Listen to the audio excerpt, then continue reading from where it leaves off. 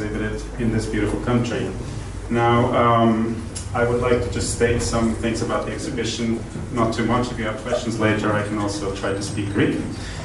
The intention of this exhibition is actually to show you images you would normally not see. You would never see them because they happen too quickly. So in today's world, all of us are essentially photographers, and we all carry cell phones. We go through a plethora of images every day, and we only look at them a few seconds, if that. Like I remember just scrolling through Instagram, for instance. I walked through this exhibition as if it was an Instagram feed, and it took me 45 seconds. There are 53 images exhibited, and 9 different models are shown in them. So it is said that for you to actually really see an image, you should take at least 3 seconds per image to actually see what it shows.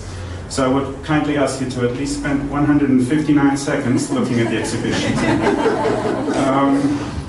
Then, let's see, what else? I just wanted to also lose some words about the smoke, because maybe you don't really understand the connection between the smoke images and the nudes.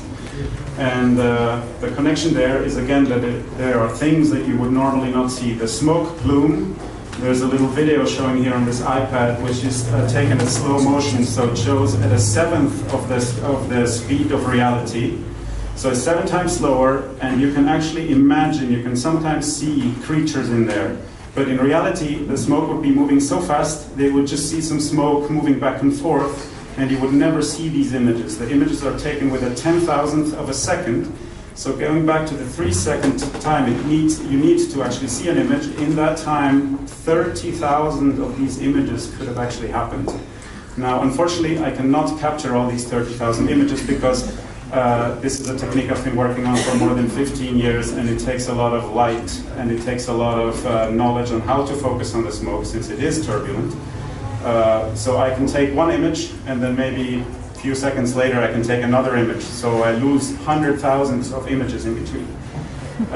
And unlike when I look at models, where I can see their beauty, and then I take the photo, with the smoke I take the photo and I see the beauty later. The smoke photos, which are mirrored, are simply mirrored in Photoshop, but I am a believer in real photography. I don't like to change my images, so everything you see was actually captured on camera. The only thing I did is mirror them. Then there are other examples, like here, these dancers, which I call milonga. It looks like 2 people dancing tango, which is just smoke on its own. Then with the images of the ladies, the models, like for instance back here you have models in the Lake of Zurich. The red color comes from silk. This is real silk made by little animals, little caterpillars. And there's a lot of motion going on here that if you were on the boat with me watching these models, you would never see these pictures because they happen so quickly that by taking the photo like this, I actually allow you to ponder and take your time and actually see what's happening. So the same goes for pretty much the rest of the images. Some are maybe a little more static, but again there it has to do with how the light falls. A lot of these images have been taken in Greece. This is Crete over here. Then we have, in the back room, we also have Crete, Gendrodassos, which is next to Elafonisi, one of my favorite beaches in Greece. And then this one here is in Corfu, up close to Carusales. Then there's a few, the black and white images were taken in Texas. Those are really a long time ago, and they're taken with infrared film. So they're also surreal. It's something you would never see because we don't see infrared light. So it is a light that is, yeah, as you can see here, it looks like the olive trees are on fire. And that's really the infrared light making this happen, because whatever is green doesn't contain any red, so it shows up as white. And everything glows as if it was frozen.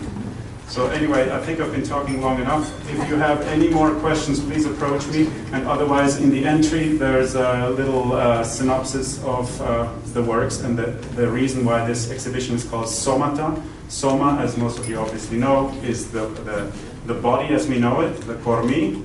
But it also is Soma, is also Isoma, is also a drink from the Vedic times, which is like ambrosia nectar. And you could drink it. It was aphrodisiacal on one side, and it was also hallucinatory. So on one side you have the women tempting you, with trying to seduce you with their bodies.